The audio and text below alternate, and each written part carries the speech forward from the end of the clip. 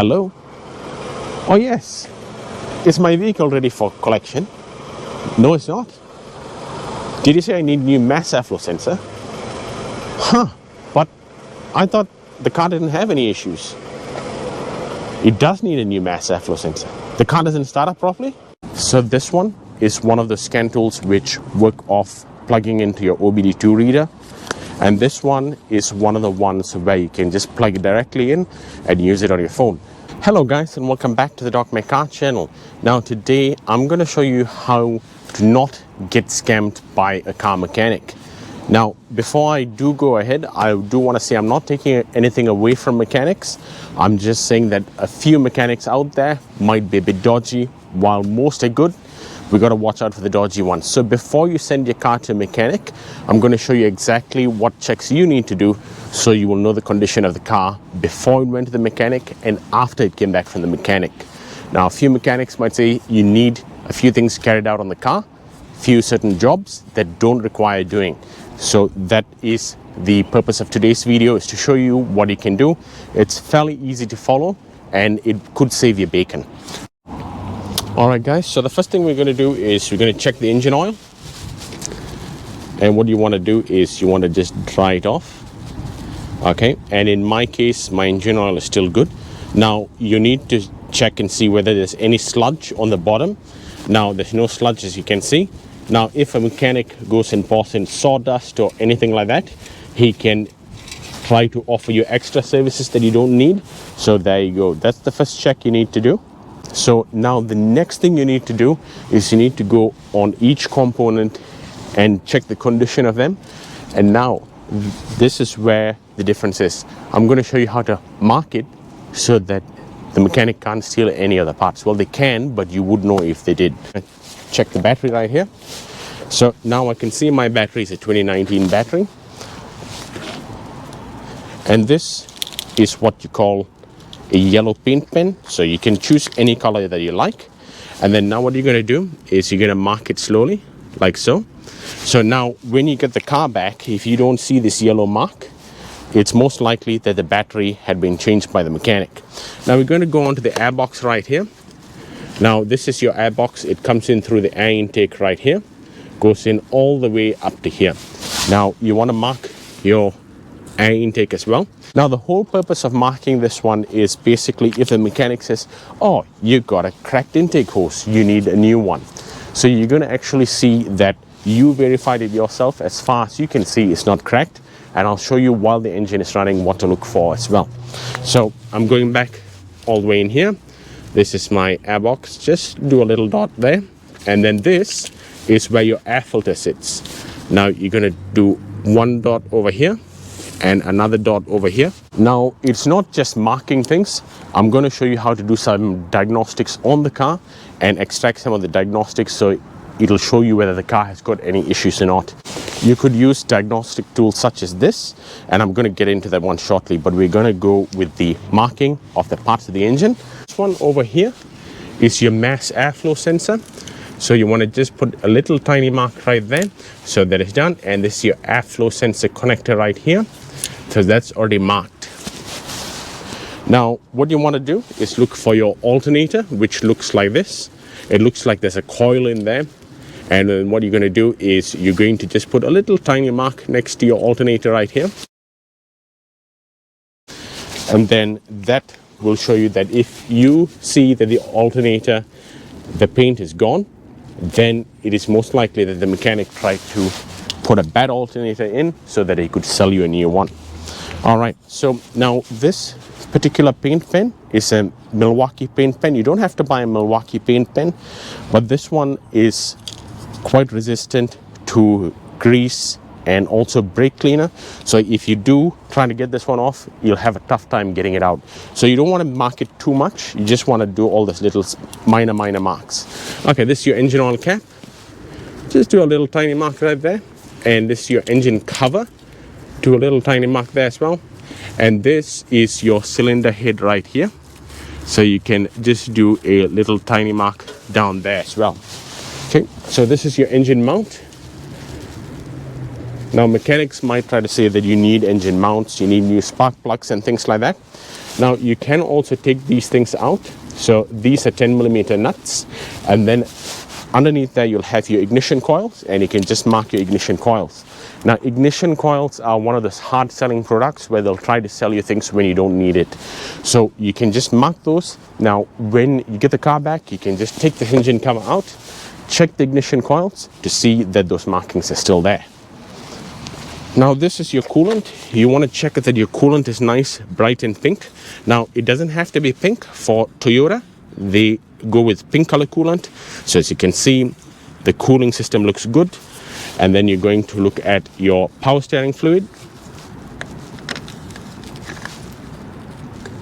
The power steering fluid looks very clean. As you can see, it's not black or burnt or anything like that.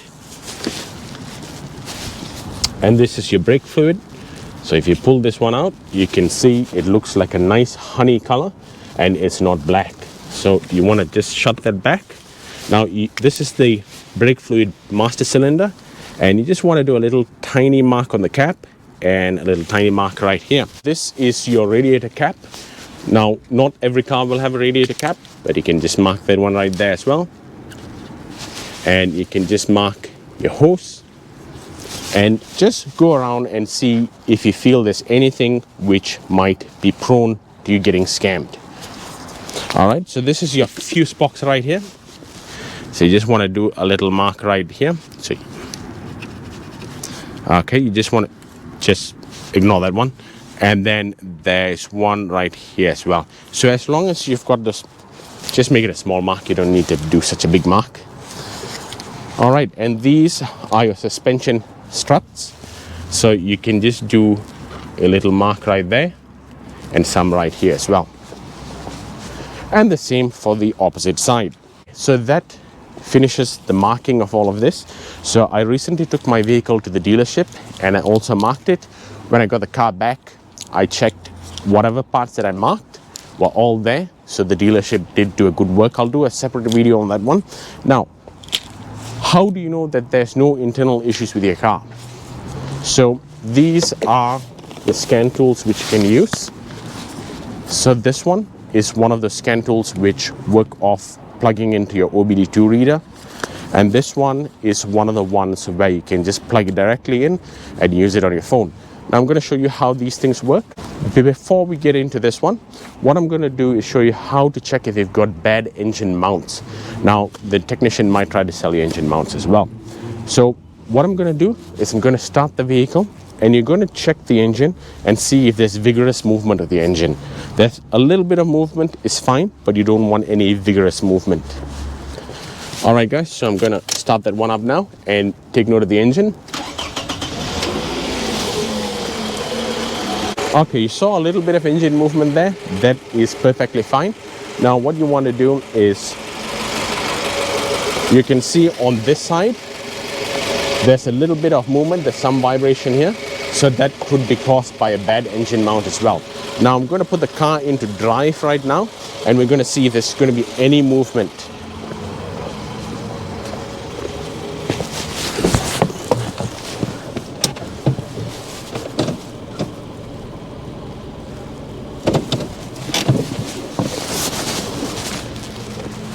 Alright guys, I just reviewed the footage and that seems to be fine. There was only very slight movement. Very slight movement is fine because the front of the engine is that way, because this is a front wheel drive vehicle and it's a 4-cylinder engine. So your serpentine belt sits here on this side. I'm going to show you that in a while. And also your gearbox is this side. So it's mounted to the engine this way. So when I put the car into drive, if you had actually felt quite a jerk, then it would be your gearbox mounting as well. Alright, so this is your serpentine belt right here. Now, I've put my finger over here and I can see that it still seems quite nice. And you can also do it on the underside and you can feel the grooves right there. Now, do not do this when the engine is turned on. You want the key off and taken out of the vehicle. Now, you can do a little tiny mark right there just to make sure that you can see the yellow. Once the engine starts, you'll see a little bit of yellow there. Alright guys, so I have marked this one right here. Just one little tiny mark. When the car starts, you'll be able to see it move.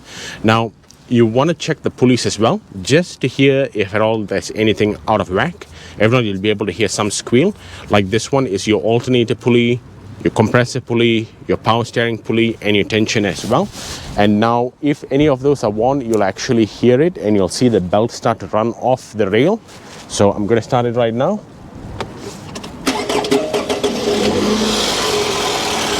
All right, so as you can see, it runs perfectly fine. It is straight. You can see on the top and the bottom as well. So if at all you want to check your transmission fluid, the first thing you got to look for is your transmission dipstick. And it's located right here, as you can see. Now, not all transmissions will have a dipstick. Some of them are sealed transmissions. So now they got a fill plug and a drain plug as well.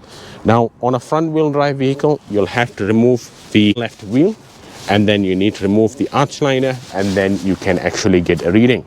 However, not everybody can do that. So see if you do have any service history of your transmission fluid being changed. So now I'm going to do this one right here. I'm going to check this transmission fluid. I'm going to pull the spring backwards and I'm going to pull the dipstick out. And then I'm just going to put a little bit over here.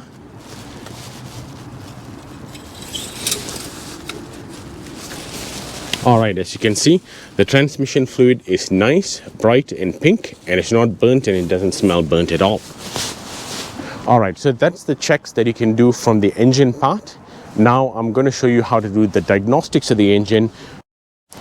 Alright guys, so this is my OBD2 reader. Now this particular tool will show you any issues that your car has, which the ECU is reading. Now it doesn't mean just because you don't have a check engine light, that doesn't mean that your car doesn't have an issue. So let's figure this one out. So now your OBD2 port is typically located somewhere down here. So I'm going to feel for it and I can figure it right there. Okay, so now that this one is plugged in, the screen will actually turn on. Alright guys, so now that I have this one, I'm going to turn the key into the ignition position, 1, 2. Okay, and then now I'm going to go OBD2, and then I'm going to press enter. And then I'm going to press enter. Okay, so now it's entering the system and it's checking off all of the issues with the car. Nothing is there, so I go enter. Now I want to go read codes, and then you go enter. See, the vehicle does not have fault codes. So there you go. The car doesn't have any fault codes, and you can also look at freeze frame O2 sensor test as well. So if you go enter, you can see bank sensor 1, which is top. Okay, that looks fine. It's a pass. Alright, so this is your blue driver right here. It doesn't have to be a blue driver, but this is the one that I use for my car, and you need your cell phone as well. So I'm going to find the same port again and plug it in.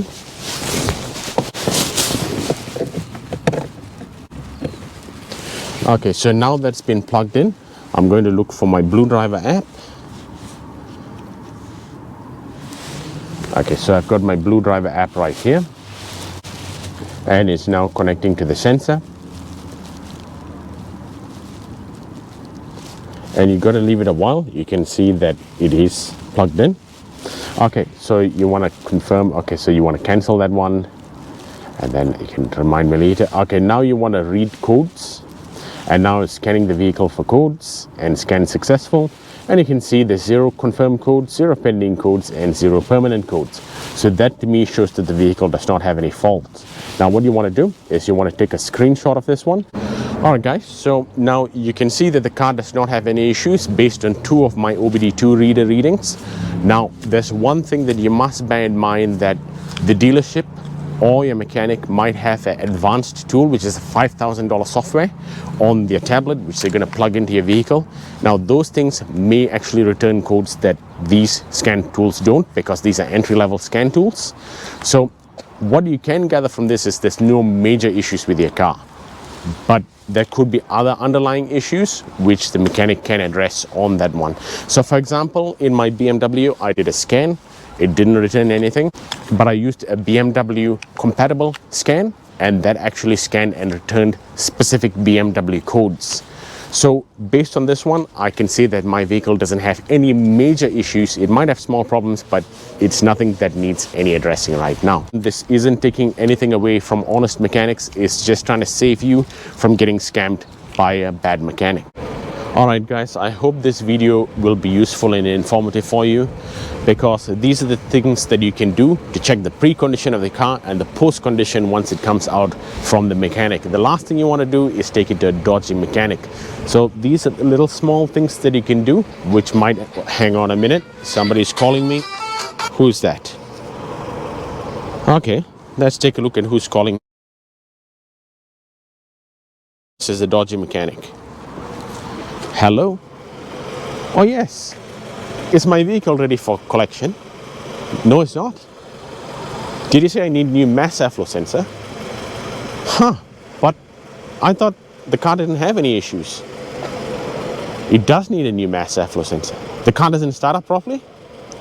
Alright, I tell you what I'll do is I'll come pick up the car and then I will take a look and see if at all I need it done. So I'll see you in about 20 minutes and then we'll go over the car and we'll just see if we want to proceed with the job. Thanks, see you soon, bye. Alright guys, so it sounds like that's a dodgy mechanic. So what I'm going to do now is never get angry with the mechanic over the phone. You want to do a finding between his findings and your findings. Now if you go and see that the mass airflow sensor doesn't have the dot on it which you marked it with, or the mass airflow sensor cable, the likeliness is he's cheating you. Now before you collect your car, never get angry with them, because it could end badly for you. So I hope this video has been useful and informative. And also what you can do is you can install a tracker app on your phone or buy a cheap phone, put it in the vehicle and it can track where your vehicle is, or you can use things such as an Apple AirTag as well. Hope this video has been useful and informative. Consider subscribing if you haven't already.